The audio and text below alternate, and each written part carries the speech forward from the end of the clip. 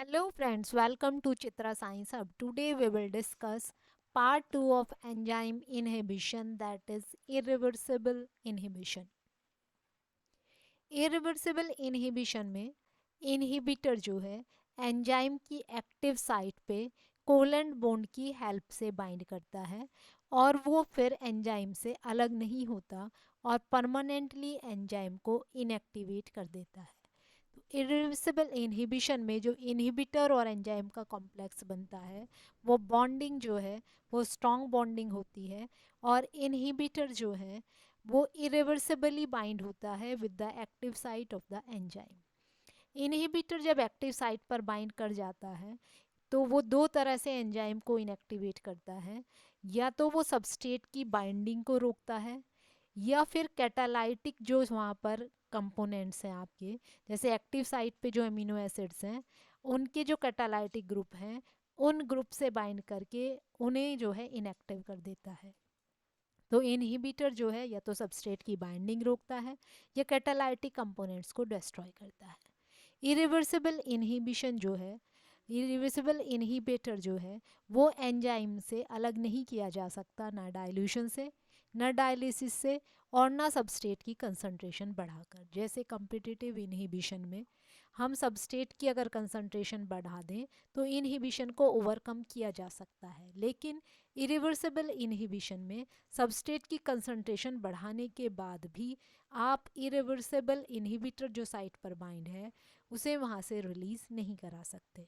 Inhibitor जब एक बार bind हो जाएगा तो वो परमानेंटली बाइंड होके एंजाइम को इनएक्टिवेट करेगा।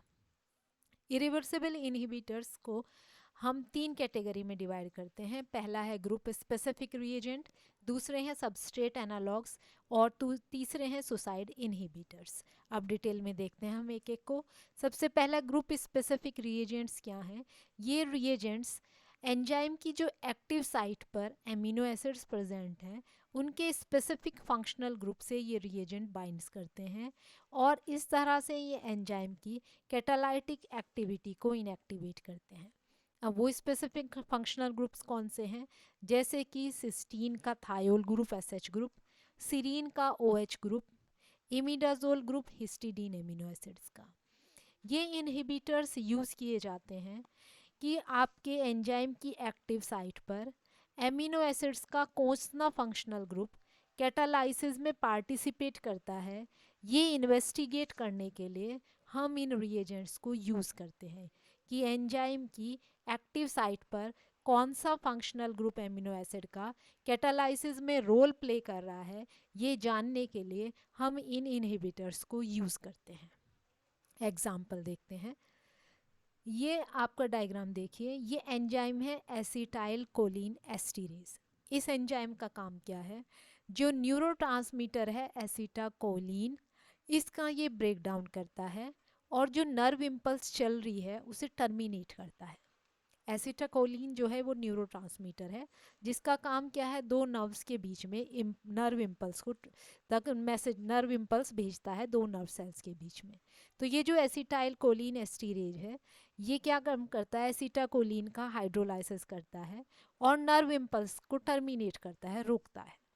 अब ये जो है DIPF, इसे हम नर्व पॉइजन कहते हैं, डाई आइसोप्रोपाइल फोस्फोफ्लोरिडेट। ये सीरीन के OH ग्रुप से बाइंड कर जाता है और बाइंड करने के बाद ये एंजाइम को इनएक्टिवेट कर देता है। एंजाइम इनएक्टिवेट होने के बाद एसिटाइल कोलिन जो न्यूरोट्रांसमीटर है इसका जो है हाइड्रोलाइसिस नहीं होता, तो नर्व इम्पल्स का टर्मिनेशन नहीं होता। तो DIPF जो है इरिवर्सिबली बाइंड करता है एंजाइम की कैटालाइटिक साइट पे सीरीन के OH ग्रुप से और इस तरह से एंजाइम को इनएक्टिवेट करता है।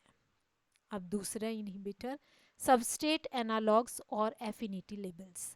सबस्ट्रेट एनालॉग्स नाम से ही पता चल रहा है ये मॉलिक्यूल्स स्ट्रक्चरली जो है सबस्ट्रेट के सिमिलर होते हैं, स्ट्रक्चर में दोनों एक जैसे होते हैं, इसीलिए सबस्ट्रेट की बजाय एक्टिव साइट पर बाइंड हो जाते हैं और जो बाइंडिंग है वो कोवेलेंट बॉन्ड से होती है और कोवेलेंट बॉन्ड से बाइंडिंग होने की वजह से स्ट्रॉन्ग बाइंडिंग होती है, इरिवर्सिबल बाइंडिंग होती है और जो आपका कैटालाइटिक ग्रुप है जिससे ये एक्टिव साइट पर आकर बाइंड होते हैं, वो कैटालाइटिक साइट जो है अब कैटालाइसिस के लिए अवेलेबल नहीं होते, तो एंजाइम जो है इनएक्टिव हो जाता है। एग्जाम्पल देखते हैं हम। ये है हमारा राइट हैंड साइड में, देखिए ये है आपका एंजाइम की एक्टिव साइट। काइमोट्रिप्सिन जो है ये आपका एंजाइम है, ये इसकी एक्टिव साइट है, और एक्टिव साइट पे ये आपका हिस्टिडीन है। अब ये जो आपका हिस्टिडीन है, ये नेचुरल सबस्टेट जो है काइमोट्रिप्सिन का, उससे ये बाइंड करता है। ये देखिए natural substrate phenyl alanine residue, इससे ये बाइंड करता है। अब जो आपका टीपीसीके है, टोसाइल L phenyl alanine chloromethyl ketone, टीपीसीके जो है वो क्योंकि सबस्ट्रेट की शेप में रिजेंबल करता है। ये देखिए स्ट्रक्चर, इसका स्ट्रक्चर और इसका स्ट्रक्चर सेम है।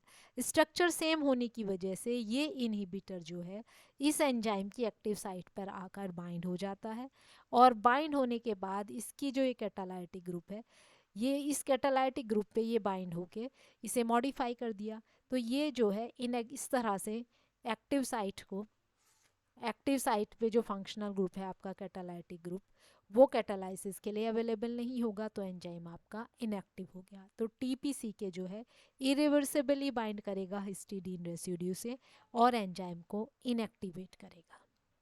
लास्ट है सुसाइड इनहिबिटर्स। सुसाइड इनहिबिटर्स भी सबस्ट्रेट के सिमिलर होते हैं स्ट्रक्चर में, जिस तरह के सबस्ट्रेट होते हैं उसी तरह के ये इनहिबिटर्स होते हैं, और एक्टिव साइट पर बाइंड होते हैं। एक्टिव साइट पर बाइंड होने के बाद ये कैटालाइटिक साइकिल शुरू करते हैं। जैसे कि सबस्ट्रेट बाइंड होकर कैटालाइसिस शुरू होती है, सेम साइकिल यहाँ पर शुरू होता है। और कैटालाइसिस के दौरान जो आपकी इंटरमीडिएट प्रोडक्ट बनती है वो इरिवर्सिबली एंजाइम से बाइंड कर जाती है थ्रू ए कोवेलेंट बॉन्ड, और इस तरह से ये एंजाइम को इनएक्टिवेट करते हैं। अब ये जो आपका एंजाइम है, ये अपनी कैटालाइटिक मैकेनिज्म को ही यूज़ करके इनहिबिटर को बाइंड कराते हैं, यानी कि सेल्फ इनएक्टिवेशन कर रहे हैं, इसलिए हम इन्हें सुसाइड इनहिबिटर्स कहते हैं।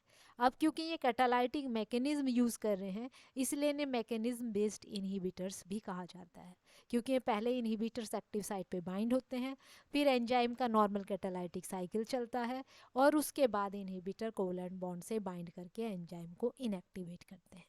ये जो इनहिबिटर्स हैं ये ड्रग डिज़ाइन के लिए बहुत सूटेबल होते हैं, क्योंकि ये स्पेसिफिक टारगेट एंजाइम से ही बाइंड होते हैं, स्पेसिफिसिटी इनकी हाई होती है, इसलिए ये ड्रग डिज़ाइनिंग के लिए आइडल माने जाते हैं।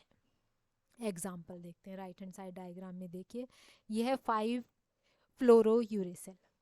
5-फ्लोरोयूरेसिल जो है ये एक्टिव मेटाबोलाइट है, ये जो आपका FDUMP है, यानी कि फ्लोरो डीऑक्सी यूरिडाइलेट, जो आपका यूरेसिल है ये एक्टिव मेटाबोलाइट है 5-फ्लोरोयूरेसिल का। जब हम 5-फ्लोरोयूरेसिल देंगे तो ये मेटाबोलाइज होगी FUDMP में। अब ये जो FDUMP है, ये क्या काम, ये जो है ये पोटेंट इनहिबिटर है एंजाइम का थाइमिडाइलेट सिंथेज। थाइमिडाइलेट सिंथेज जो एंजाइम है इसका काम क्या है, यूरेसिल से थाइमीन बनाना, और जब ये यूरेसिल से थाइमीन बनाता है तो ये मिथाइलिन ग्रुप जो है वो टेट्राहाइड्रोफोलेट से लेता है, मिथाइलिन THF, इससे आपका मिथाइल ग्रुप लेता है और यूरेसिल से थाइमीन बनाता है। अब ये जो थाइमीन बेस है ये कहाँ पर यूज़ होता है, DNA सिंथेसिस में। तो जो एक्टिवली प्लोरिफरेटिंग सेल है जो फटाफट डिवाइड कर रही हैं, उन सेल्स में DNA का अमाउंट भी ज़्यादा चाहिए, DNA का अमाउंट चाहिए तो न्यूक्लियोटाइड भी चाहिए। अब न्यूक्लियोटाइड भी चाहिए तो आपका ये जो एंजाइम है थाइमिडाइलेट साइड सिंथेज, ये भी एक्टिव होना चाहिए जो यूरेसिल से थाइमीन बनाता रहे, क्योंकि जो आपका थाइमीन है वो DNA में यूज़ होता है, यूरेसिल नहीं यूज़ होता। अब ये जो आपका FUDUMP है ये इनहिबिटर है इस एंजाइम का, ये स्ट्रक्चर में इससे रिजेंबल करता है और यूरेसिल से स्ट्रक्चर में रिजेंबल करता है, खुद एंजाइम की एक्टिव साइट पे बाइंड हो जाता है, और बाइंड होने के बाद एंजाइम को इनएक्टिवेट कर देता है। तो जो रैपिडली प्लोरिफरेटिंग कैंसर सेल्स हैं उनकी ग्रोथ को ये रोकता है 5-फ्लोरो-डीऑक्सी-यूरिडाइलेट, और ये एक्टिव मेटाबोलाइट है 5-फ्लोरो-यूरेसिल का। अब हम काइनेटिक्स देखते हैं इरिवर्सिबल इनहिबिशन की। इरिवर्सिबल इनहिबिशन इसी तरह काम करता है जिस तरह नॉन कॉम्पिटिटिव इनहिबिशन होता है। अब यहाँ पर देखिए इनहिबिटर आकर एंजाइम से बाइंड करता है और एंजाइम को इनएक्टिवेट करता है, तो जो कंसंट्रेशन है एक्टिव एंजाइम की वो कम होती है यहाँ पर। तो वैल्यू ऑफ के एम जो है वो चेंज रहेगी, क्योंकि एफिनिटी पे कोई इफेक्ट नहीं है। जो सबस्ट्रेट किस एफिनिटी से एंजाइम पे बाइंड कर रहा है उस एफिनिटी पे कोई फ़र्क नहीं पड़ता, तो के एम वैल्यू जो है वो अनअल्टर्ड रहती है, यानी कि कोई इफेक्ट नहीं होता, अनचेंज रहती है। लेकिन जो वी मैक्स है, देखिए डायग्राम में, ये सबस्ट्रेट कंसंट्रेशन है, ये वेलोसिटी है। ये ब्लैक वाला जो ग्राफ है ये इन एब्सेंस ऑफ इनहिबिटर है, और रेड वाला जो है इन प्रेजेंस ऑफ इनहिबिटर है। तो जब इनहिबिटर प्रेजेंट होगा तब जो है एक्टिव सब एंजाइम की कंसंट्रेशन कम हो जाएगी, तो वी मैक्स जो है वो रिड्यूस हो जाती है। तो ये V max in absence of inhibitor है, और ये वी मैक्स आई जो है इन प्रेजेंस ऑफ इनहिबिटर है। तो इरिवर्सिबल इनहिबिशन में के एम वैल्यू जो है वो सेम रहती है, लेकिन वी मैक्स जो है वो रिड्यूस हो जाती है, और वी प्राइम मैक्स हम इसे कहते हैं। This is all about irreversible inhibition. Thank you.